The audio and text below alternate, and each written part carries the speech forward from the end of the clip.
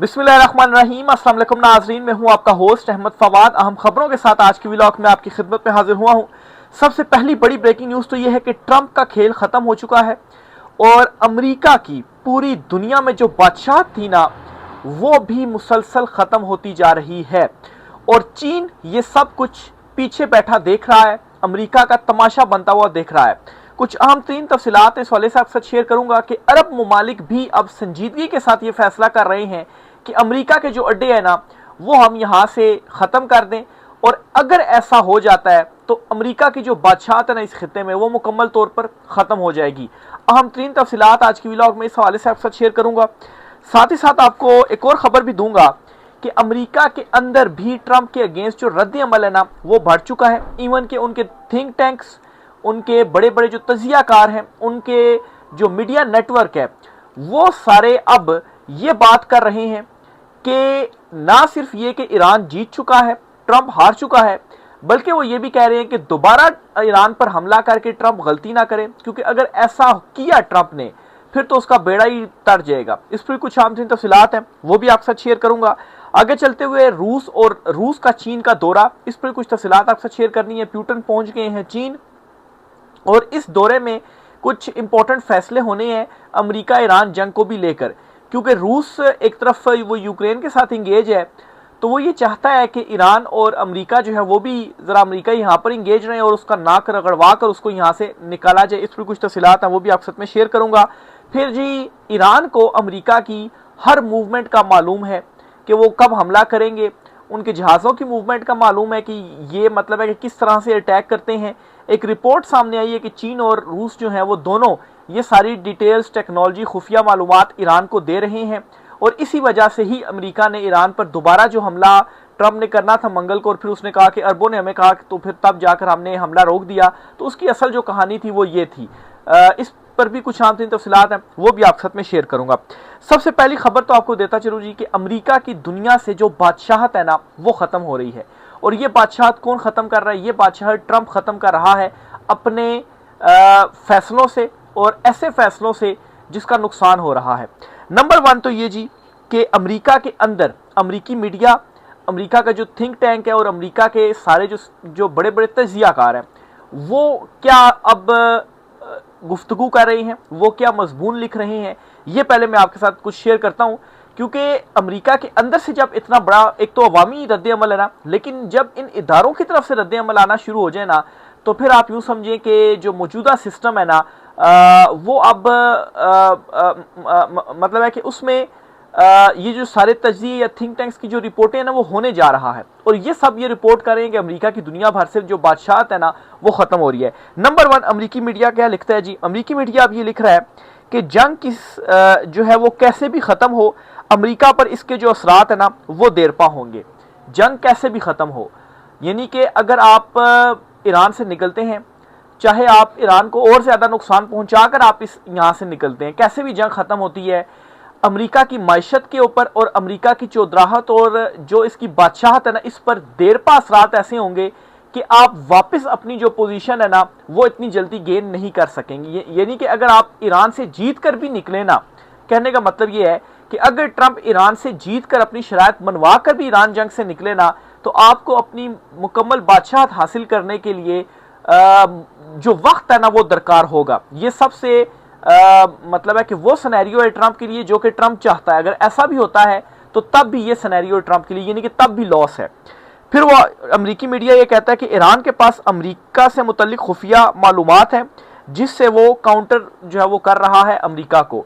मिसाल के तौर पर उनके जहाज़ों से रिलेटेड ये मीडिया में रिपोर्ट हो रहा है, अमेरिकी मीडिया के अंदर। मिसाल के तौर पर जो जहाज़ इस जंग में अमेरिका ने यूज़ करने हैं ईरान पर हमला करने के लिए, जो उनकी स्ट्रेटजीज़ वगैरह हैं, उन जंगी जहाज़ों की जो मूवमेंट होती है, वो कितने बड़े अटैक्स कर सकते हैं, उनको कैसे टैकल किया जा सकता है, कैसे रडार सिस्टम पर उनको पकड़ा जा सकता है, ये सारी मालूमात ईरान के पास हैं। तो असल रीज़न ये भी थी एक कि ट्रंप ने जो है वो ईरान के ऊपर जो हमला है ना, वो नहीं किया, कि उनके पास तो मालूमात है, वो दोबारा से हमें जो काउंटर है ना वो कर लेंगे, तो फिर हम क्या करेंगे। ये अमेरिकी मीडिया रिपोर्ट कर रहा है। फिर वो ये भी लिखता है जी आगे कि अमेरिका ईरान जंग में फंस चुका है और चीन तमाशा देख रहा है, और अगर दोबारा अमेरिका ने हमला किया तो वो इसे ले डूबेगा। चीन के पास ट्रंप गया, वहाँ पर भी अपनी बेइज्जती करवा कर वो आया है। रूस के जो प्रेसिडेंट है उन्होंने चीन का दौरा किया है। चीन इस सारी सिचुएशन को पीछे बैठ के देख रहा है और वो अमेरिका का जो तमाशा है ना वो देख रहा है। ये अमेरिकी मीडिया अब बात कर रहा है और इसका मतलब ये है कि ट्रंप ने जो फैसले किए हैं वो गलत थे और उसने नुकसान पहुंचाया। जब ये अंदर से बातें होना शुरू हो जाती हैं ना तो फिर आप यूं समझें कि अब आपके लिए कोई गुंजाइश सिस्टम के अंदर बाकी नहीं रही। ये ट्रंप की इस वक्त सिचुएशन बन चुकी है।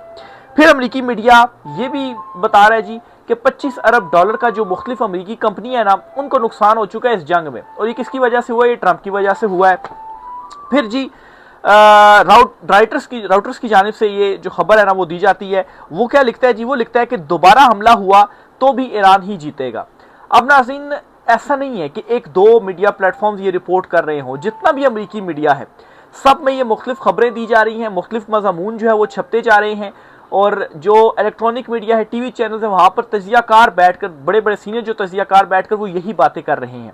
फिर मजीद क्या कहा जा रहा है जी ट्रंप को कि ओबामा डील से बुरी डील ट्रंप को मिलेगी। ये भी अमेरिकी तजियाकार कह रहे हैं कि ओबामा डील से भी बुरी जो डील है ना वो ट्रंप को मिलेगी, और ट्रंप अगर उल्टा भी लटक जाए ना तो फिर भी वो ओबामा की डील से बेहतर डील नहीं ले पाएगा।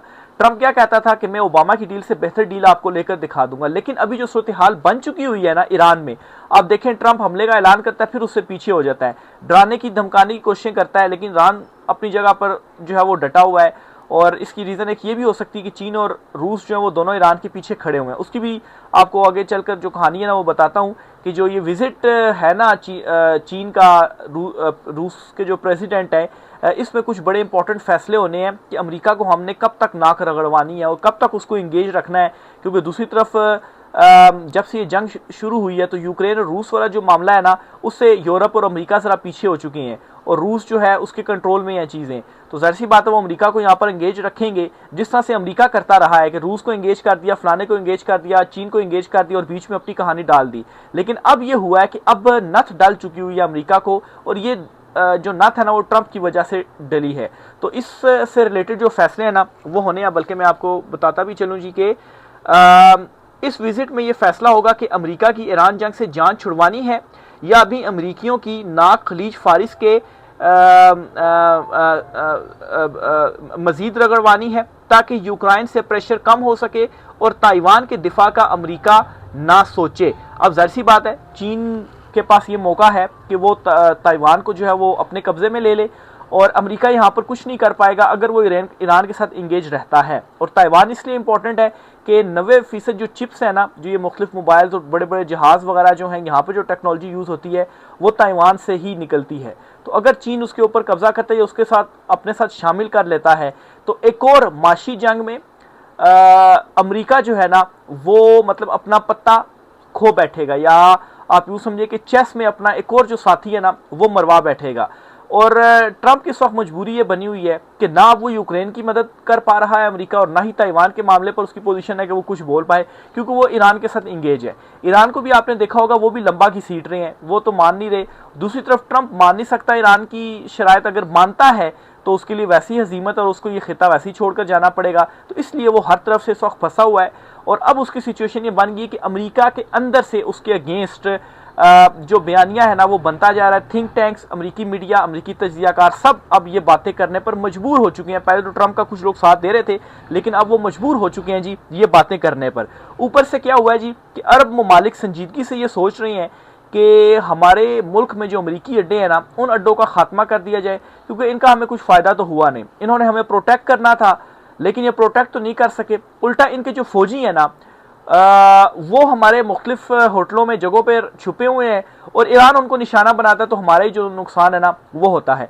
ये भी जी अमरीकी एक थिंक टैंक है, उनका एक मजमून है जो कि अमरीकी एक मीडिया आउटलेट में शाया किया गया। उस मजमून की कुछ आपको मैं जो चीज़ें हैं ना वो उर्दू ट्रांसलेशन में आपको बताता हूँ जी उसमें क्या लिखा गया है।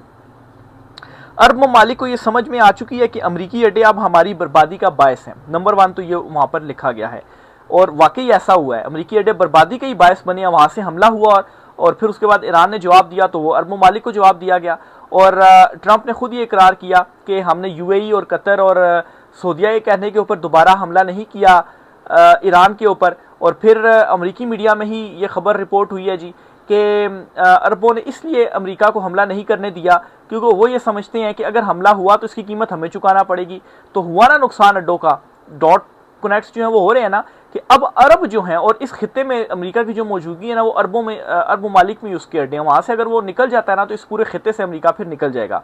फिर दूसरे नंबर पर लिखते हैं जी कि अमेरिकी फ़ौज जो अरब ममालिक में है इनको ईरान निशाना बना रहा है। ये तो हमें प्रोटेक्ट करने आए थे और अब छुप रहे हैं। जाहिर सी बात है, आप जो फौज आपने यहाँ भेजी हुई है, जो आपके अड्डे हैं, आपने तो हमें प्रोटेक्ट करना था ना, क्योंकि हम खुद को प्रोटेक्ट नहीं कर सकते।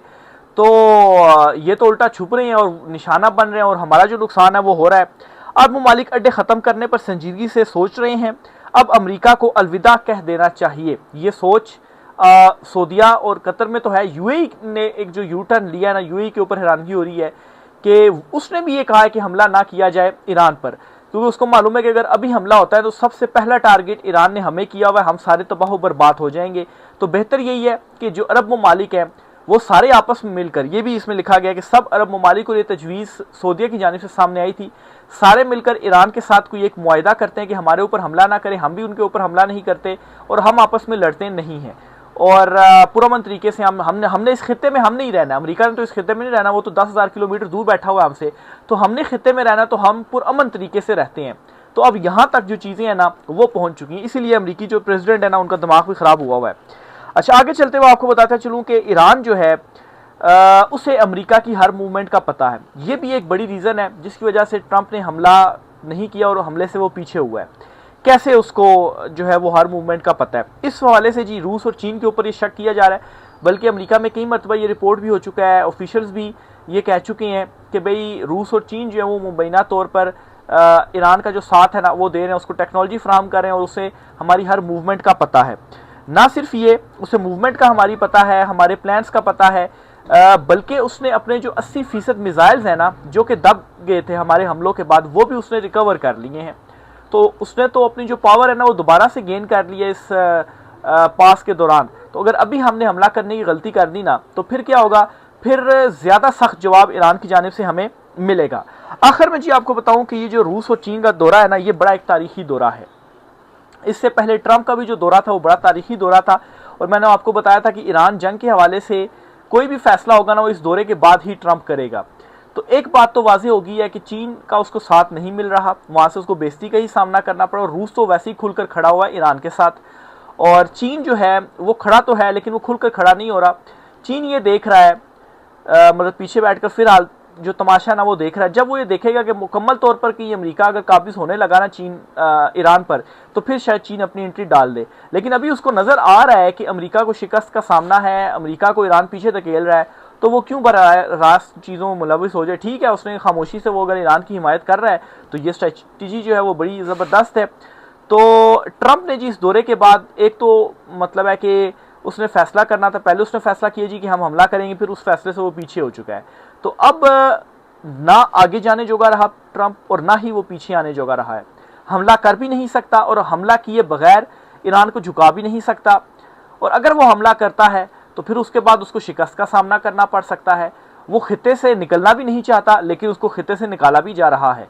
तो ये सारी बातें अगर मैं कंक्लूड करूं तो जितनी ये मैंने आपको शुरू से लेकर अभी तक चीज़ें बताई कि अमरीकी बादशाह जो है वो पूरी दुनिया से ख़त्म हो रही है। इवन के अरब जो हैं जो उनके सबसे बड़े करीब हैं, अगर सऊदीया की बात मानकर यूएई, कतर वगैरह ये सारे अगर ईरान के साथ कोई मुआहदा करने में कामयाब हो जाते हैं, तो अब नए हरमुज़ में से किसके जहाज़ गुजरते हैं? अरबों की जहाज़ गुजर रहे हैं ना। कतर हो गया, बहरीन हो गया, ओमान वगैरह हो गए, सऊदीया वगैरह हो गए, यूएई वगैरह हो गए, इन्हीं की जहाज़ गुजरते हैं ना। बाकी किसके जहाज़ गुजरते हैं? यहीं से, बाकियों के भी ठीक है गुजरते हैं, लेकिन ज़्यादा जो तरसील है ऑयल की वो तो इन्हीं ममालिक की ज़्यादातर यहीं से जो है वो गुजरती है। तो फिर आखिर क्यों वो अमेरिका के साथ खड़े हों?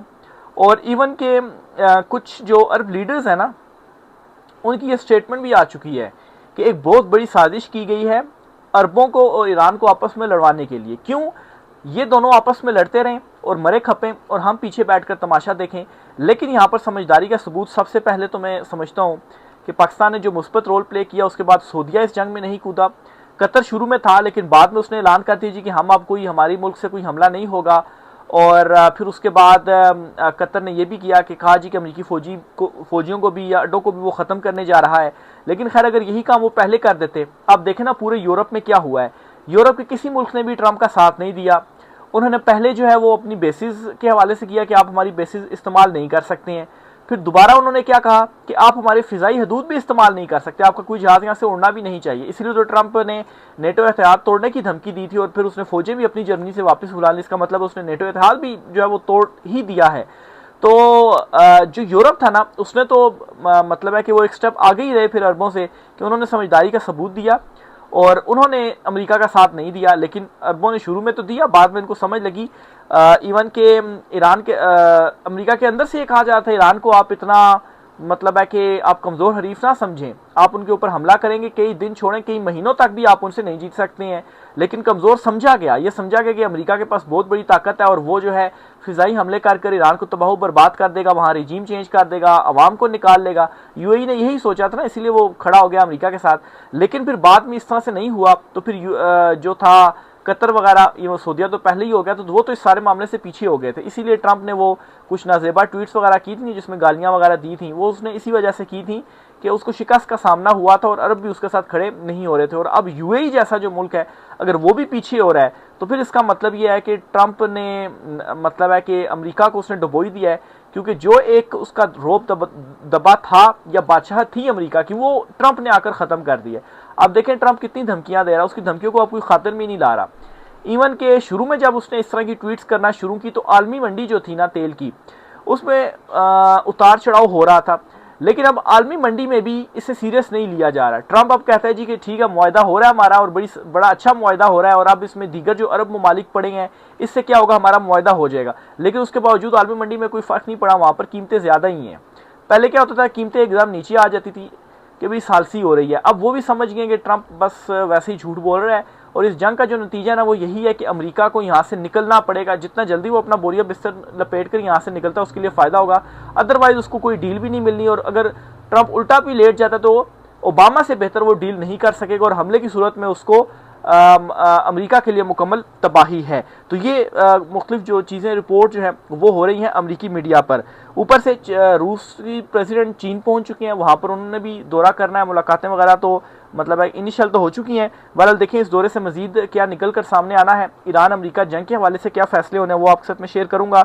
और दूसरी तरफ खामोश जो हिमायत है ना वो जारी है अमेरिका की, चीन और रूस की ईरान की साइड पर। ये जी आज कुछ आम दिन तफसीलात थी। मजीद इस वाले से जो भी चीज़ें होती है आपसे शेयर करते रहेंगे। राय के साथ कमेंट बॉक्स में कीजिए। आज की व्लॉग से इतना ही, इजाज़त दीजिए, अल्लाह हाफिज़।